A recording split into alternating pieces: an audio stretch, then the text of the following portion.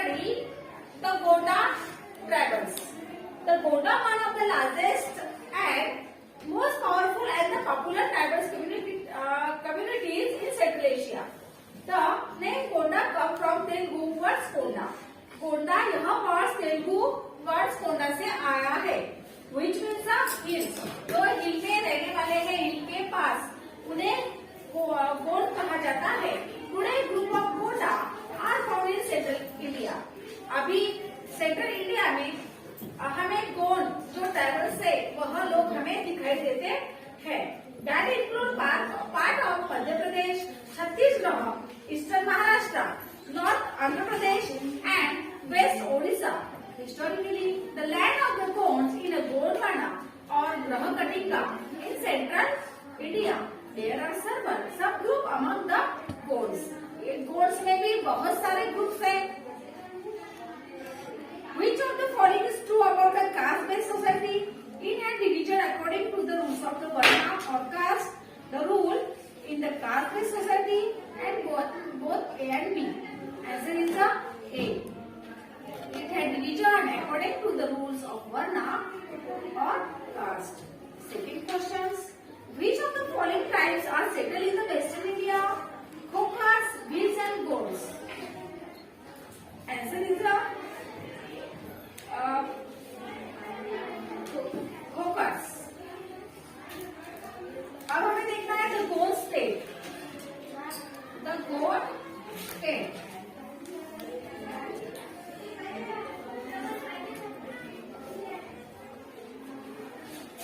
The various part of Gond regions were ruled by a Rajput dynasty. बहुत सारे गोंड वहाँ Rajput dynasty में हो चुके हैं. They ruled from 6th century to 12th century. With the passage of time, several groups among the Gonds formed themselves into a kingdom or a chiefdom, and by the 15th century, they were firmly established within the present-day state of Maharashtra and Madhya Pradesh. The important Gond kingdoms had their capitals or headquarters at the Mandala, Kerala, Dohograha, and the Chanda. Still, all of the Gond capitals were located close to the hill on a river. बहुत सारे जो गोंड्स हैं, उनकी जो capital है, capital city है, बहुत ज्यादा से ज्यादा हिली रीजन और रिवर के पास ही होती है. The Gond had a centralized administrative system. Gond में जो एडमिनिस्ट्रेटिव सिस्टम है वह कैसी है? सेंट्रलाइज है. The kingdom was divided into a graha. Each graha was under a particular Gond clan. हर राज्य में एक ग्रह रहता है. उस ग्रह में कुछ क्लान रहते, गोंड क्लान उसे कहा जाता है. This was further divided into a unit of 84 villages. इस ग्रह में 84 विलेज इसमें इंक्लूड होते हैं. इसे 84 ऐसे कहा जाता है. 84 villages include in is called a 84. The 84 was further subdivided. 84 जो है 84 डिवीजन में, उसमें भी कुछ सब डिवाइडेड किया जाता है. उसे बारहोड्स कहा जाता है. Each बारहोड्स was made up of 12 villages each. हर एक बारहोड्स में 12 विलेज इंक्लूड किया जाता है. The Gond chief wanted to be recognized as Rajput. Thus, the Gond chief Amandas took the title of the Sangram Shah. His son Dalpat married the daughter of the Salbahar, the Chandel Rajput Raja of the Mahoba. देखो बेटा, इन्होंने क्या किया? Gond chief थे, उनसे अपनी राजा कन्या की शादी कर दी. वह राजपूत राजा था महोबा. She was Rani Durgavati. उसका नाम क्या था? रानी दुर्गावती. वह राजपूत रानी होके भी गोंड राजा की रानी बन चुकी थी. The most powerful and the famous Gond ruler was Rani Durgavati. बहुत महत्वपूर्ण हिस्ट्री में गोंड रूलर जो थी वह थी रानी दुर्गावती ऑफ ग्रह Katanga. She was a capable queen and started ruling on the behalf of her minor son.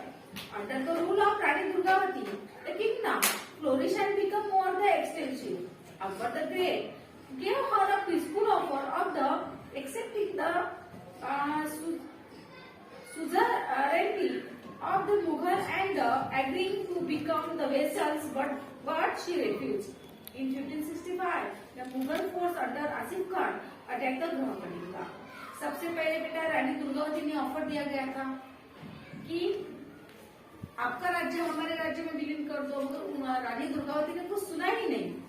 उसके बाद 1565 में जो मुगल फोर्स जिसके अंडर में जो आसिफ खान नाम का सरदार था उसके अंडर में थी, उन्होंने ग्रह कटिंगा पे आक्रमण कर दिया।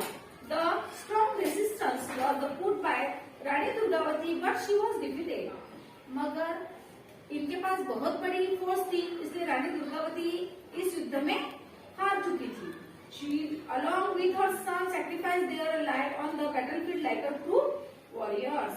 Asif Khan invaded the Chauragraha force of Rani Durgavati but was shocked to see that the woman had jumped into the fire. देखो बेटा, जो आसिफ खान था, इन्होंने चौरागढ़ जो फोर्स है वहां पे रानी दुर्गावती इन्होंने क्या किया था, जोहर किया था। जोहर पता है, जोहर किसे कहा जाता है? जो जलती हुई आग में कूद जाना, उसे जोहर कहा जाता है। Asif Khan collected a lot of booty and carried the gold, silver, jewels, idols and even war elephants to mark his victory over the gods. देखो बेटा, जो आसिफ खान है इन्होंने क्या किया, जो गोल्ड सिल्वर है ना, ये जो रानी दुर्गावती है इन्होंने खुद तो जोहर कर ही दिया, मगर जो और कुछ औरतें थी उस फोर्स जो राघव फोर्स पे, उन्होंने उन सब से कहा कि आप एक तो उनके विलीन हो जाओ। जो आसिफ खान था वो अच्छा नहीं था, तो उन्होंने कहा नहीं हम भी जोहर में आ जाते। तो रानी दुर्गावती के साथ बहुत सारे जो औरतें है उन्होंने भी जोहर में कर लिया था, यानी जलती हुई जो आग थी उसमें उन्होंने अपनी जान दे दी थी। The god were weakened and the Maratha completed the task of Asif Khan when around the 18th century they crossed their power and loyalty. यहाँ तक जो मुगल पावर है वह मराठा गोंड डायनेस्टी वहां पे वीकेंड हो चुका था और Marathas completed the task of Asif Khan when around the 18th century. 18th century में जो आसिफ खान है इन्हें भी मराठों ने हरा दिया था। अब बेटा यहाँ पे मल्टीपल चॉइस क्वेश्चन है। Each Gond kingdom was divided into garhas. Answer है garhas. The Gond were completely crushed into 18th century by the British, Maratha and Mughals. किसने क्रश कर दिया था? ब्रिटिश, मुगल। नो, ब्रिटिश ने किया था या मुगल्स ने या मराठास ने? मराठास। ओके, यहाँ पे बेटा ये टॉपिक अभी कंप्लीट हो चुका है हमारा द गोड्स। समझ में आया सबको?